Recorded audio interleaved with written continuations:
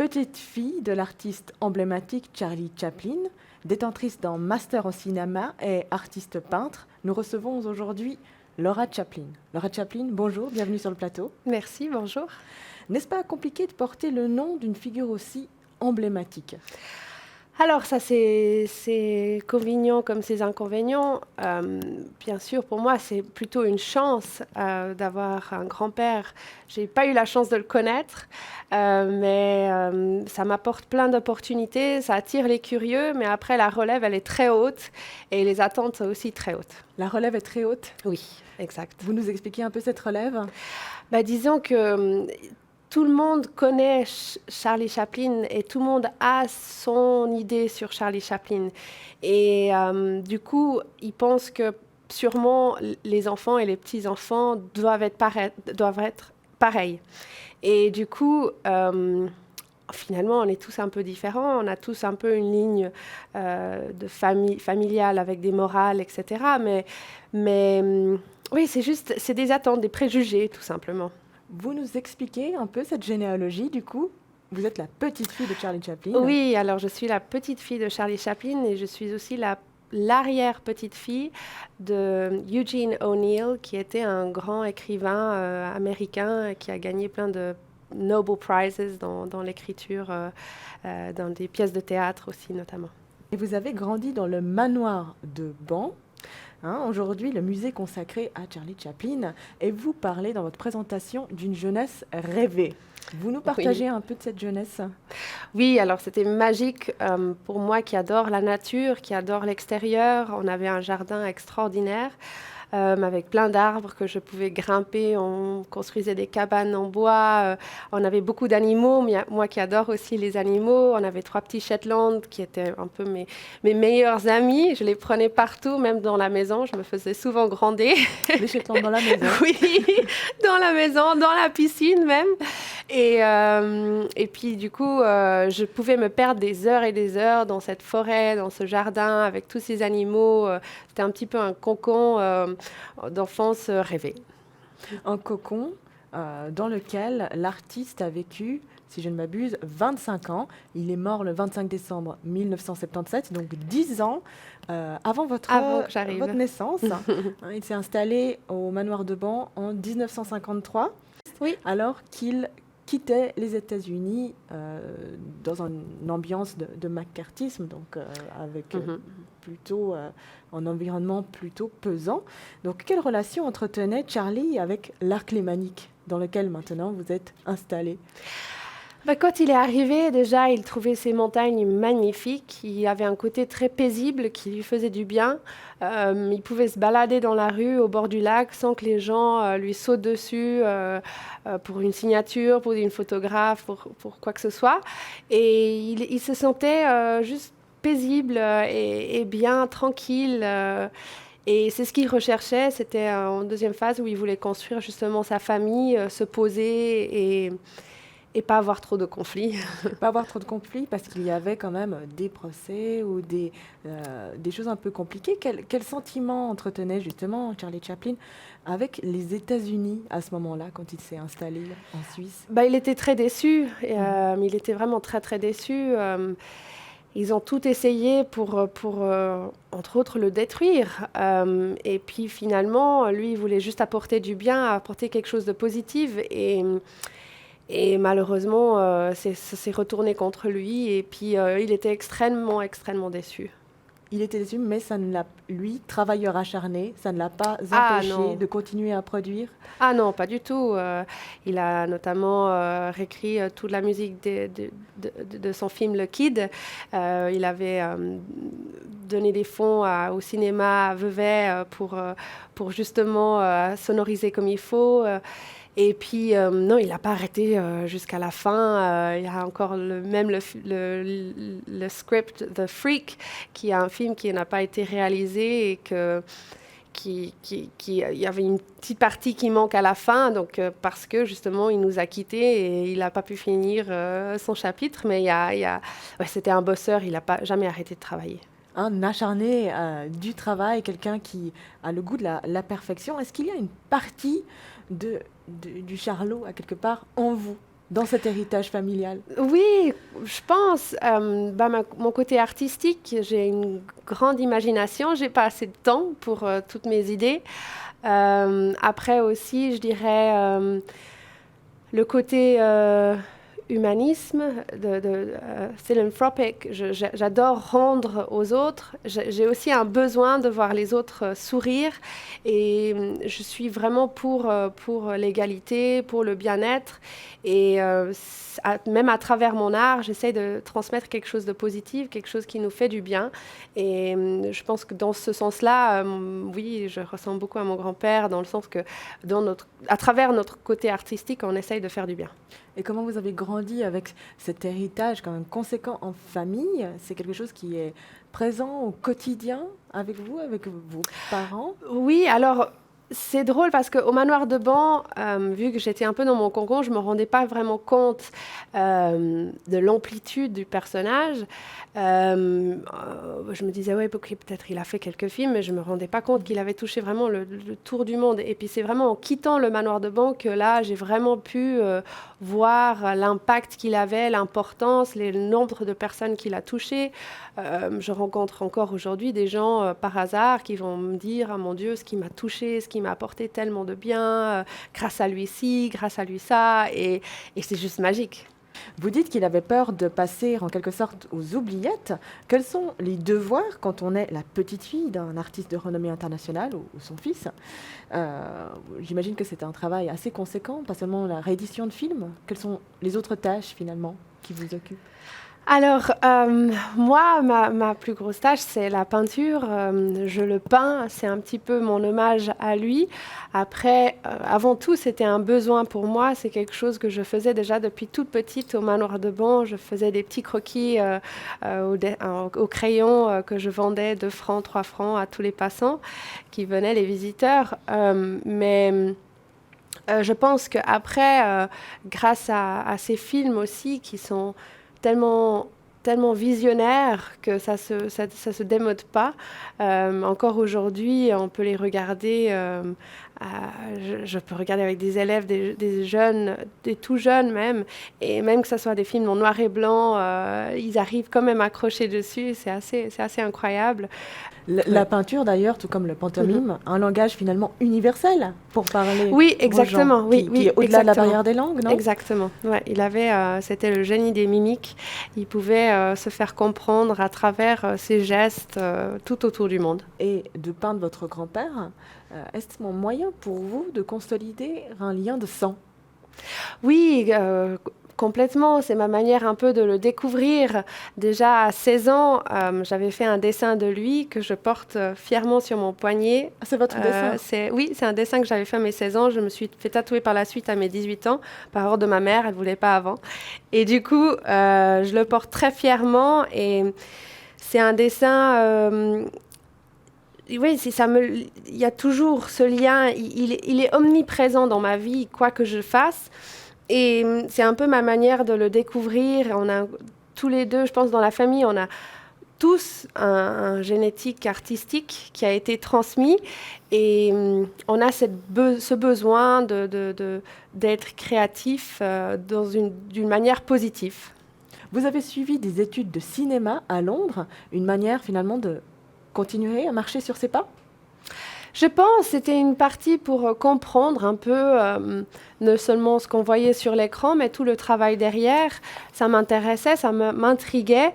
Et puis, du coup, c'était pas forcément pour marcher dans les mêmes pas que lui, mais de plutôt connaître mieux le quoi, comment et le pourquoi. Plus essayer de décrypter? Complètement, oui. Son œuvre? Oui, je pense, oui. La cité de Londres, d'ailleurs, est symbole, hein, parce que Charlie Chaplin est né. On ne connaît pas encore tout le mystère de la naissance de Charlie Chaplin, mais il serait né à Londres, oui. De parents, tous deux artistes dans le milieu du music hall. Exact. Très vite, lui et son frère sont plus ou moins quand même livrés à eux-mêmes, avec un papa qui les abandonne, une maman qui sera également absente. Et c'est à travers son talent de comédien et d'imitateur qu'il pourra transcender sa condition.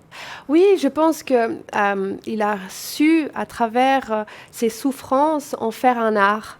Et c'est ça qui était magique. Sa mère a su aussi lui transmettre ça et de jouer avec ça et de jouer sur les sentiments et faire des choses incroyables. Le tragique et le comique, il a ancré par l'image l'idée que rire et larmes peuvent aller de pair, que le premier peut mieux révéler le second.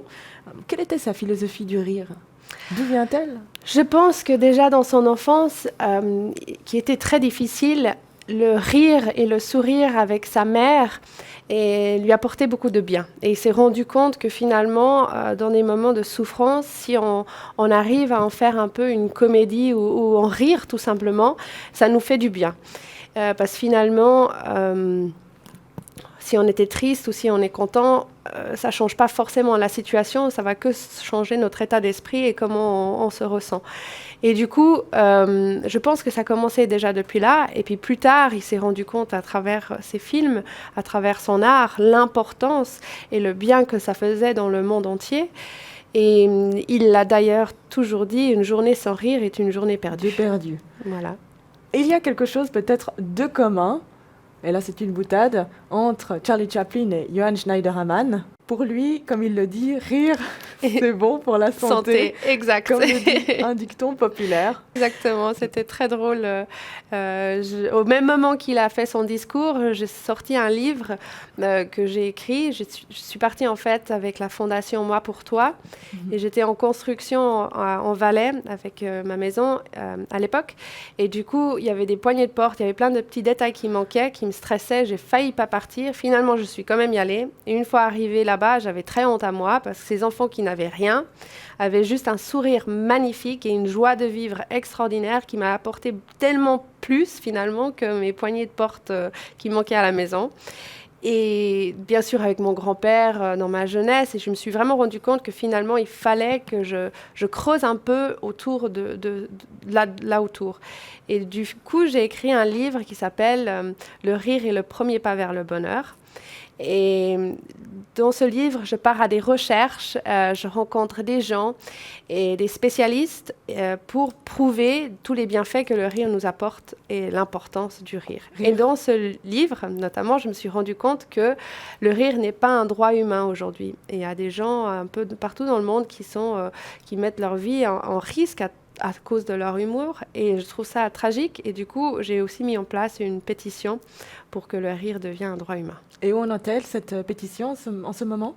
On y arrive gentiment. Ça fait à peine une année qu'elle est mise en place. Donc, on y arrive gentiment. J'y crois à fond. Ça va se faire. Je pense que c'est très important. Mais ça va être un processus, c'est sûr. Charlie Chaplin a magnifiquement géré le tournant du pantomime au cinéma parlant, notamment avec Le Dictateur. Comment vieillissent ces films emblématiques, un peu plus politiques finalement ? Je dirais qu'ils vieillissent pas finalement, notamment avec Le Grand Dictateur. Sur YouTube, on peut voir des images d'aujourd'hui avec le discours de mon grand-père, et ça correspond encore aujourd'hui. C'est quelque chose qu'on pourrait en prendre aujourd'hui, et c'est juste incroyable. C'est un film qui s'est fait il y a en tout cas 80 ans. Et du coup, il arrive encore aujourd'hui, son discours arrive encore à être tellement actuel et tellement important. Et ça ne se démode pas, c'est encore tellement d'actualité. Il a su vraiment tout cerner en quelques minutes. Et à chaque fois, moi, ça me donne les frissons. Ça vous parle, vous, un grand-père investi d'une mission, à quelque part, celle de dénoncer la mauvaise marche du monde, de dépeindre peut-être un peu comment le faible s'en sort face au fort. Ça vous parle ? Oui, je pense que finalement, je veux dire, c'est tellement compliqué, mais on vit dans un monde où on peut parvenir aux besoins de tous. Et je pense qu'on vit tous sur cette terre, autant tous s'entraider à quelque part. Vous-même, vous êtes très active, vous partez au Kenya pour un projet. Vous pouvez nous en dire un peu plus ? Oui, alors je pars au Kenya en septembre parce que je travaille avec une fondation qui font du cotton, sustainable cotton. Et puis, du coup, on essaye de donner des visages à ces paysans qui récoltent le coton et de leur donner toutes les ressources possibles pour faire ça d'une manière équitable, bien pour l'environnement, bien pour leur santé, et en plus de savoir qu'on porte quelque chose qui a un visage, on sait d'où ça vient, on sait dans les conditions dans lesquelles c'est venu, et donc je vais là-bas faire une rencontre et il y aura tout un séminaire dont je participe pour là autour. Laura Chaplin, vous venez de parler de la fondation Moi pour toi. Vous pouvez nous en dire un petit peu plus? Alors, c'est une fondation que je tiens à cœur, qui j'ai rencontrée. C'était un sacré hasard. Le fondateur partait pour aller en Colombie et m'a demandé d'être marraine. Et puis là, je lui ai dit qu'il fallait que j'y aille pour en être sûre. Et du coup, je suis partie là-bas 3 semaines. Je suis partie plusieurs fois maintenant, mais la toute première fois. Et c'était juste extraordinaire, un moment magique, plein d'émotions. Donc, ouais, la fondation est venue un peu à travers mon art et grâce à mon grand-père. Quels sont les thèmes que vous abordez à travers votre art? Ces 3 thèmes principaux, parce que c'est des thèmes qui me représentent, qui m'inspirent tout simplement. Donc je peins mon grand-père, quelque chose que j'ai toujours fait depuis toute petite, une manière de moi d'avoir ce lien que j'ai jamais eu. Et du coup, on le retrouve un peu pop art ou noir et blanc. On retrouve aussi beaucoup de cœurs cachés dans mes toiles. Ensuite, le deuxième thème, c'est les chevaux. Je fais beaucoup de chevaux, aussi beaucoup de zèbres. Le cheval, une passion, hein? Oui, c'est une grande passion qui a aussi commencé au manoir de Ban avec ces 3 petits Shetland qui étaient dans le jardin et qui est resté. J'ai encore 2 chevaux pas loin de chez moi. Je fais un petit peu de concours dans le niveau saut. Et le 3e thème, c'est les silhouettes féminines. Dans beaucoup, je peins uniquement avec les doigts. Ça, c'est un peu mon côté mode. J'ai beaucoup travaillé dans la mode. Et la silhouette féminine est quelque chose qui me parle, que j'arrive à exprimer très facilement. Et du coup, je peins beaucoup ce thème-là uniquement avec les doigts. C'est un peu plus spontané, ça donne un peu plus de texture. Qu'est-ce qui vous plaît particulièrement dans les silhouettes féminines? Ce côté sensuel et assez unique. Moi, quand je peins, j'utilise vraiment les 2 mains, tous les doigts. Et c'est très spontané, ça laisse des traces uniques. Même moi, je ne pourrais pas repeindre la même toile une 2e fois parce qu'il faudrait savoir quel doigt j'ai utilisé à quel moment, où et quoi, comment. Donc, c'est quelque chose qui me parle. Ouais. Et c'est des moments de partage, de rencontre. Et puis, c'est rassurant aussi parce que souvent, après, les gens, ils me disent « Waouh, oui, j'ai ressenti ça ». Ils arrivent à ressentir les émotions. Et c'est l'art, ça rapproche beaucoup les gens. C'est quelque chose, c'est un beau moment de partage. Un beau moment de partage. Ouais. Et vous parlez d'ailleurs de partenariat. Vous avez notamment développé une ligne de bijoux? Oui, alors après, j'adore être créative. À la base, je fais de la peinture, mais c'est m'est arrivé aussi de faire des montres. Il y a 2 modèles femmes, 2 modèles hommes, limited à 20 pièces par montre. Et puis, ouais, non, c'est super. J'ai eu des bus de transport public qui avaient mes toiles dessus. J'ai aussi des étiquettes de vin. J'ai collaboré avec une cave de vignerons de Martigny, la 5e saison. Donc, vous êtes présente également sur les étiquettes de ces bouteilles. Exactement, ouais. On peut encore vous trouver en Autriche lors de cette exposition. Oui. Et où ailleurs? Alors, je suis en Autriche jusqu'à fin septembre. Après, j'ai un événement à Lavey-les-Bains où je vais faire justement autour du bien-être avec une petite expo, des ateliers de peinture et des ateliers autour du rire. Et puis, l'année prochaine, j'aurai une grande expo à Londres. Notamment dans un vieux workhouse où mon grand-père a dû séjourner quelque temps. Et du coup, maintenant, c'est un cinéma museum. Et oui, je me réjouis de cette expo. Il va falloir que je m'y mette à peindre cet hiver à fond. Excellent. Merci beaucoup pour toutes ces informations. Merci Laura à vous. Chaplin, merci d'être venue sur notre plateau, présenter votre œuvre et aussi votre héritage culturel. Nous vous retrouvons la semaine prochaine pour un nouveau Face à Face. Merci. Merci. Au revoir.